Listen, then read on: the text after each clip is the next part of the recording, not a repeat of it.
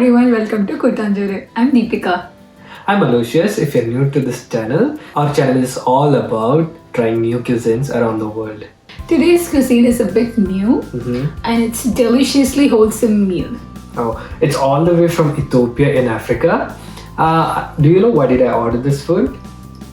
No, it's not about the food. It's a variety of food. It's all about culture also, Ethiopian culture. It's very rare to find Ethiopian food, especially in India. It's very hard to find. Let's try something new today.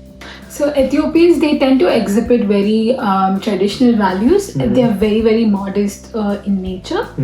So they also believe that it is very important to be polite and respectful. So they generally pride themselves on their culture of hospitality itself. Oh, okay. So if you go to Ethiopian restaurant by any chance of this COVID situation, make sure you ask for the traditional coffee ceremony. It's not just a coffee.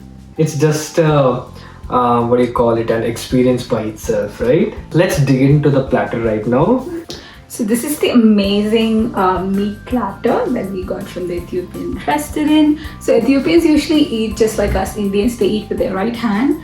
So if you can see, this looks like something like a dosa, chapati, appam, whatever you can call it. Appam basically. It looks like exactly like appam but in brownish color. Yeah. So you kind of like take this in your right hand, just like how we eat on chapati. And then I'm taking this. And we're gonna explain what this is, and then you just basically stuff it in mouth. Yeah. So Ethiopian cuisine mainly consists of vegetables and heavily spiced meat. It is in form of vat. So it's basically thick stew and served upon this Injera, like Ethiopian appam. So Injera traditionally is made up of teff flour. Teff flour comes from a gluten-free ancient grain that originated in North Africa, and it usually is about 50 centimeters in diameter and made up of fermented teff flour. Teff flour is very old. It's very earliest domesticated plant that was originated in Ethiopia between 4000 BC and 1000 BC. It's that old. That's really old. Did you guys notice something? So he just said that teff flour is gluten free. So all the gluten intolerant folks, you know what to eat now.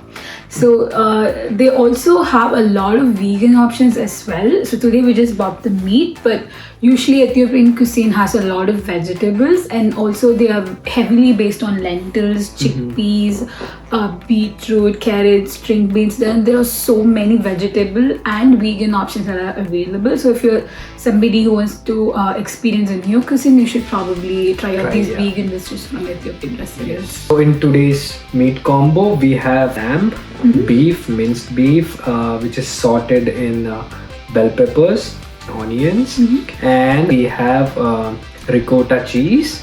You are wondering what's on my side in a bowl. So it's basically chicken, which is heavily caramelized gravy. It's full of onion, tomatoes, and shallots, chili, and it has one egg as well. It's basically chicken. This is called doro pat. I guess doro means chicken, and what means stew. So it's basically chicken curry, we can say. Which is thick. It's not very like gravy. It's thick gravy. I'm trying the lamb with bell pepper.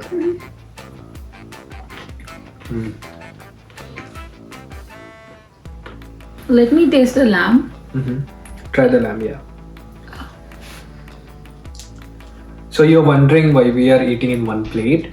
So when we read about the culture of Ethiopian food eating, it says mostly everyone in their family eat it together in a plate or a huge platter. We can call it as thali as well. So that's why. Yeah. That's why the injeras are like very huge. You can see it's 50 centimeter. We have actually folded it. So if you're eating in an Ethiopian restaurant, they will serve you this injera in a very huge plate. And then usually if it's a meal for two, you need to share the plate and eat eat together. So basically, it's promoting community eating. So I'll try the beef, which is sauteed in bell peppers. Beef is my favorite meat. 'Cause I'm from Kerala.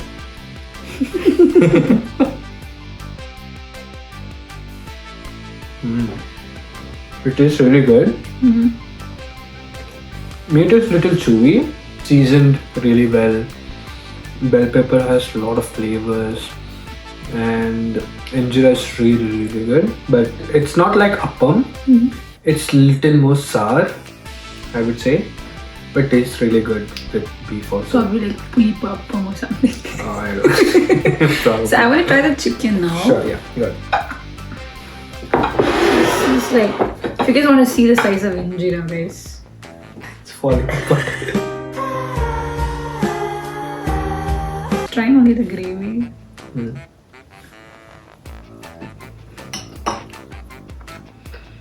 It's like a burst of spice. I can really taste the caramelized. I guess it's not just onion, there's also vegetable that is caramelized. Oh, okay. That's why the thick color. And also what? They use a lot of clarified butter, which is basically a ghee. Okay? Yeah.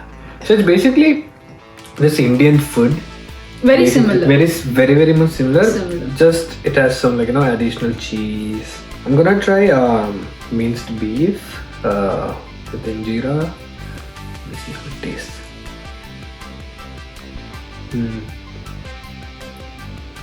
It's really tasty. So this minced beef, it has more of cumin seed taste. Coming back to the spiciness level, so when I tried to place the order, they ask you what's the level of spiciness you need, and I said medium spicy.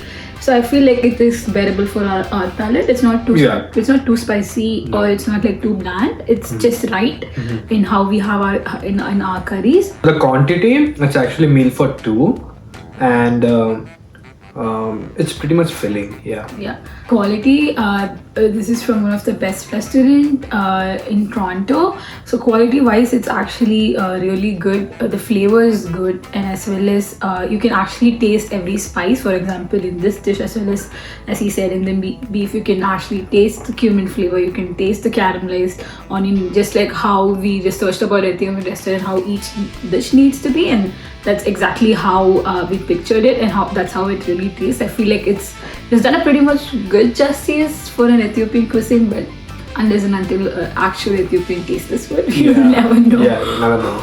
We got this meal from Rendezvous in Danforth Avenue in Toronto. So there are many Ethiopian restaurants around that area. I mean that avenue, Danforth Avenue. But this had like good review, and the price for this combo is $20. For this combo, the meat platter and this doro vat was $15 before tax. Yeah, so it came around $45 after tax. Sure. So vegan options are much more lesser price comparatively. You can look it up on the restaurant menu. So if you're a big foodie just like us, we would really recommend you to try Ethiopian food. It's definitely a different kind of food for your palate and also for your foodie hunger. Yeah, so that's all for today, folks. Make sure you tune in every Friday for new cuisines around the world. Thank you so much. Bye. Bye.